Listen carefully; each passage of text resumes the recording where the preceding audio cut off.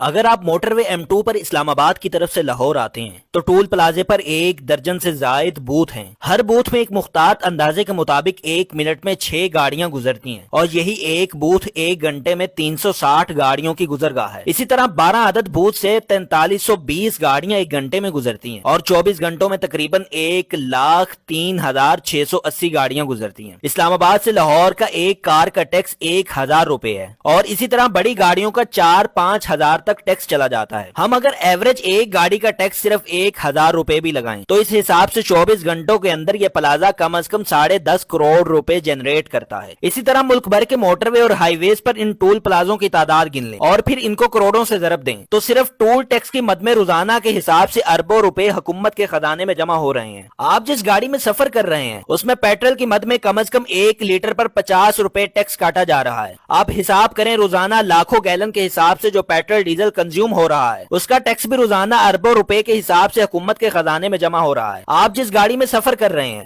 اس کو جب خریدا جاتا ہے تو جتنی گاڑی کی قیمت ہوتی ہے اتنا ہی اس پر سیلز ٹیکس اور کسٹم ڈیوٹی بھرنی پڑتی ہے. آپ جس گاڑی کو اپنے پاس رکھتے ہیں اس کی سالانہ ایکسائز ڈیوٹی بھی اربوں روپے میں جمع ہوتی ہے. آپ کی بجلی کا بل اگر 10,000 روپے ہے تو اصل بجلی کی قیمت 3,000 نکال کر بقایا 7,000 روپے ٹیکس ہے جو ماہانہ ہر کنزیومر سے کاٹا جاتا ہے اور اربوں روپے خزانے میں جمع ہوتے ہیں. اسی طرح گیس کے بل پر بھی اسی شرح سے ٹیکس لگ رہا ہے اور خزانے میں جمع ہو رہا ہے. آپ ایک میڈیکل سٹور سے 300 روپے کی دوائی خرید رہے ہیں اور ایک مختار اندازے کے مطابق اس پر تقریباً 40 سے 50 روپے تک سیلز ٹیکس ہیں جو کہ خزانے میں جا رہا ہے. آپ ایک ہوٹل میں کھانا کھا رہے ہیں, آپ کا 5,000 روپے بل آ گیا, اس پر تقریباً 500 سے قریب آپ سے ٹیکس کاٹا جائے گا. آپ اپنے مکان کا نقشہ پاس کروا رہے ہیں اور آپ کسی بھی ڈیولپمنٹ ادارے کے دفتر میں جائیں گے تو لوگوں کی قطاریں لگی ہوئی ہیں جن سے 40 سے 50 ہزار روپے فی نقشہ فیس جمع کی جائے گی. یہ بھی خزانے میں جمع ہوتا ہے. آپ جس گھر میں رہتے ہیں اس گھر کا سالانہ ٹیکس آپ نے خزانے میں الگ سے جمع کرانا ہوگا. آپ گھر کے لیے گروسری کی خریداری کر رہے ہیں اس پہ بھی آپ نے ٹیکس دینا ہوگا. اگر آپ پڑھ رہے ہیں